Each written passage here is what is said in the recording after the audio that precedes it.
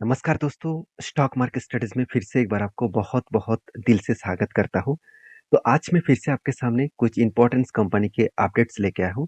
तो इस वीडियो बहुत इंटरेस्टिंग होने वाला है। तो इस वीडियो को लास्ट तक ज़रूर देखिए क्योंकि मैं 2 कंपनी के नया जो एंट्री लेवल्स बना है एज़ अ स्विंग ट्रेडिंग्स के लिए, वो भी मैं आपके साथ शेयर करूँगा।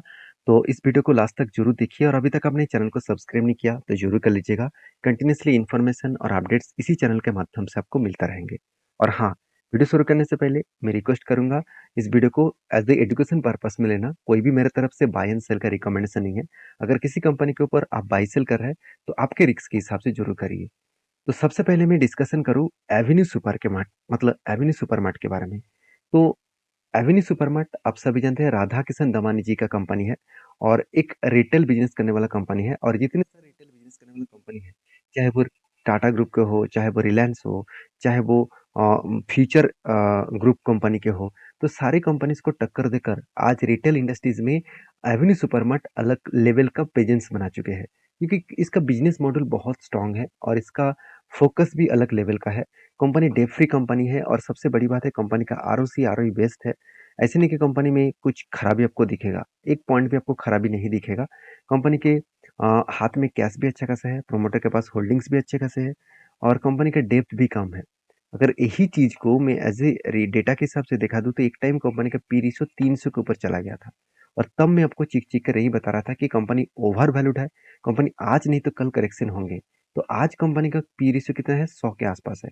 और आज कंपनी के एवरेज 3-5 साल के एवरेज पी रेशियो कितना है, 120 है। इसका मतलब कंपनी अभी अंडर वैल्यूड के हिसाब से मैं जरूर कहूंगा। फिर भी आप ये भी मुझे क्वेश्चन कर कर सकते हैं कि बोला जाता है कि 10 से 30 के अंदर अगर पी रेशियो दिखे तो ही वो कंपनी को अच्छा माना जाता है। ऐसे हमेशा होता नहीं। कभी कभी कंपनीज का पी रेशियो उस तरीके से कुछ मेजर करते नहीं। कंपनी को आपको अलग लेवल से देखना चाहिए। तो कंपनी का सेल्स का डेटा क्या बता रहा है वो देखना बहुत इंपॉर्टेंस है। सेल्स का अगर डेटा दिखा दूं तो लास्ट कुछ क्वार्टर्स में कंटिन्यूसली कंपनी का सेल्स बढ़ते जा रहा है। इसका मतलब पी रेशियो हाई हुआ, सिर्फ इसलिए पी रेशियो हाई नहीं हुआ, कंपनी परफॉर्मेंस भी अच्छे किए। तो जिसलिए कंपनी का अच्छा खासा यहाँ पे धमाका ग्रोथ भी देखने को मिला था। और क्वार्टरली क्वार्टरली रिजल्ट के बारे में बात करूँ तो क्वार्टरली रिजल्ट जो है वो पिछले साल में 10,000 करोड़ का सेल्स था और इस बार वो 11,800 करोड़ तक सेल को लेके आए। तो सेल्स में जो चेंजिंग आया वो आपको कुछ इस तरीके से दिखेगा। तो यहाँ पे एक चीज आप जरूर देखना, कंपनी सेल्स को मेंटेन किया, एक्सपेंस को कंट्रोल किया, सब कुछ करने के बाद कंपनी इस बार प्रॉफिट भी अच्छा खासा यहाँ पे जनरेट किया। पिछले सालों की तुलना से कंपनी का प्रॉफिट भी हुआ और कंपनी कुछ नया प्रोडक्ट को भी खुद के बिजनेस के ऊपर यहाँ ऐड किया। जैसे आप देखेंगे the company is tasting a new store format called Minimax which offer both of the store purchase and store pickup options. तो इसका मतलब कंपनी अलग लेवल से मिनीमैक्स जैसे अलग लेवल से कंपनी फिर से एक नया स्टोर ओपन करने वाला है। और ये नया प्रोजेक्ट है, इस प्रोजेक्ट के ऊपर कंपनी फर्स्ट टाइम काम कर रहा है। तो इसको वो एज ए स्टार्टिंग पीरियड के हिसाब से देखेंगे, इसके ऊपर रिसर्च करेंगे। अगर अच्छा चला तो इसके ऊपर भी कंपनी ज़्यादा से ज़्यादा काम करने वाला है। तो आप सभी जानते हैं डीमार्ट का जो प्रोडक्ट है e commerce business DMart ready has potential in large town and आप देखेंगे तो डेंसली जो पॉपुलेटेड एरियाज है उसके ऊपर कंपनी क्या करने वाला है, ई कॉमर्स का बिजनेस भी स्टार्ट करने वाला है और ऑलमोस्ट स्टार्ट कर चुके हैं। और कंपनी ये भी बता रहा था company is confident in the ability to run the business जो प्रॉफिटेबिलिटी है। तो मतलब कंपनी हमेशा टारगेट रख के चल रहा है कि प्रॉफिटेबिलिटी के ऊपर। और कंपनी इसका टारगेट हमेशा पिछले ईयर से प्रीवियस ईयर से नेक्स्ट ईयर में अच्छा खासा ग्रोथ करने का चांसेस देखने को मिलता है। कंपनी ये भी मतलब बता रहा है कि the company is pleased with the performance of the DMart ready to Pune Bengaluru and Hyderabad. तो अलग अलग जगह पे कंपनी खुद का बिजनेस को एक्सपेंड करने के लिए और भी बड़ा करने के लिए सोच रहा है। तो सोचिए कंपनी में अपकमिंग कुछ ईयर्स में कितना बड़ा स्ट्रेंथ देखने को मिल सकता है। और इसीलिए मैं इस कंपनी के ऊपर से नहीं, एज ए इन्वेस्टर भी इस कंपनी के ऊपर निवेश करके रखा है। जैसे F S D S public हर किसी के पास शेयर है। प्रोमोटर के पास तो पहले जितना होल्डिंग्स था आज भी उतना होल्डिंग्स है और प्रोमोटर होल्डिंग को कंटिन्यू करना चाहते हैं। और रही बात कंपनी के ऊपर म्यूचुअल फंड वाले के, तो म्यूचुअल फंड वाले ने कंटिन्यूसली इसके ऊपर क्या किया, बाइंग कंटिन्यू कर रहा है। और उस हिसाब से डिमांड का जो चार्ट पैटर्न बन रहा है कुछ इस तरीके से चार्ट पैटर्न बना, ध्यान से इस चीज को देखना। यहाँ पे क्या बना, एक शोल्डर बना, उसके बाद एक हेड बना, फिर से एक शोल्डर बनाएगा और उसके बाद एक बड़ा-सा ब्रेकआउट होने के बाद एक टारगेट भी अच्छा खासा मिल सकते हैं। क्योंकि टारगेट जो मिलेगा मेरे हिसाब से लॉन्ग टारगेट भी होगा और अच्छा खासा टारगेट मिल सकता है, क्योंकि इसका जो हायर रेंज है वो इस टॉप लेवल के नीचे टारगेट बनेगा। इसका मतलब हायर पॉसिबिलिटी है उस टारगेट को वो अचीव भी करेगा। तो इस कंपनी के ऊपर स्टडी करके मुझे कमेंट जरूर करना कि आपके पास इस कंपनी का होल्डिंग्स है कि नहीं है। तो नेक्स्ट जो कंपनी जिसके बारे में डिस्कशन करूं उसका नाम है जुबलेंट फूड। तो जुबलेंट फूडवर्क एक फूड सर्विसेज कंपनी है। मैं बहुत बार आपको फूड सर्विसेज और फूड डिलीवरी के जो डिफरेंस है मैं आपके साथ शेयर किया हूँ। तो इस कंपनी के ऊपर आप कहेंगे बहुत ज़्यादा कर्जा है। क्यों कर्जा लिया गया वो तो हमको दिखाऊंगा। उससे पहले कंपनी का परफॉर्मेंस देख लीजिए। 34,000 करोड़ के आसपास मार्केट कैप है। कंपनी का पी रेशियो बहुत हाई है।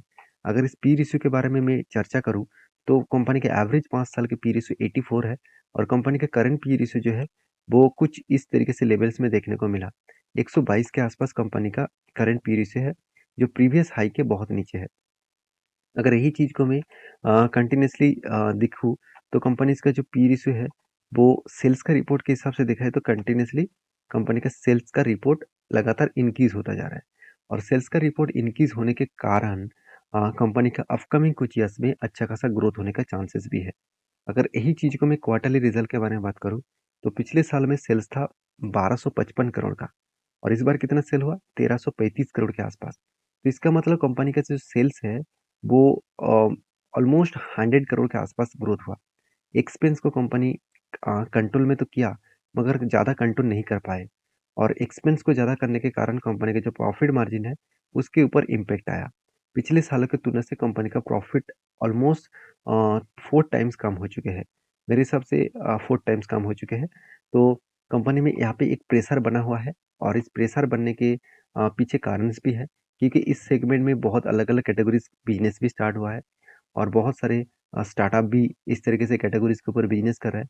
तो कंपनी के ऊपर थोड़ा सा प्रेशर बनेगा, क्योंकि कंपनी का जो प्रोडक्ट है मैकडोनल्ड्स, सॉरी माफी चाहता हूँ, कंपनी का जो पिज्ज़ा है डोमिनियस, तो उस पिज्ज़े को वो कंपनी बेचते हैं। साथ ही साथ डंकिन जो डोनट्स है उसके साथ आप देखेंगे तो हॉन्ग्स किचन इसी का ही प्रोडक्ट है। तो इस तरीके से कैटेगरीज प्रोडक्ट को कंपनी बेचते हैं।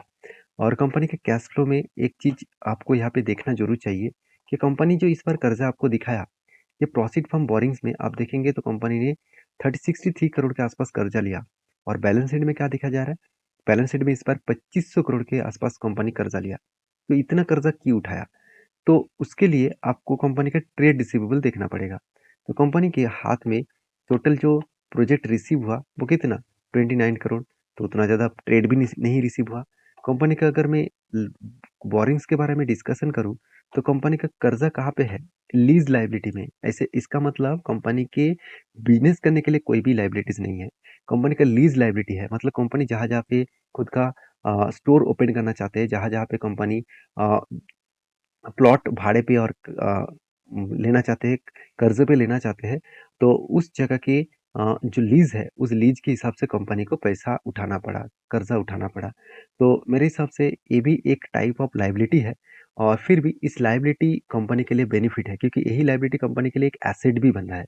क्योंकि मान के चलिए मैंने कोई ज़मीन खरीदारी की है मेरे बिज़नेस के लिए, उसके लिए मैंने लीज़ लायबिलिटी के हिसाब से पैसा लिया, तो वो ज़मीन मेरे नाम में ही है ना।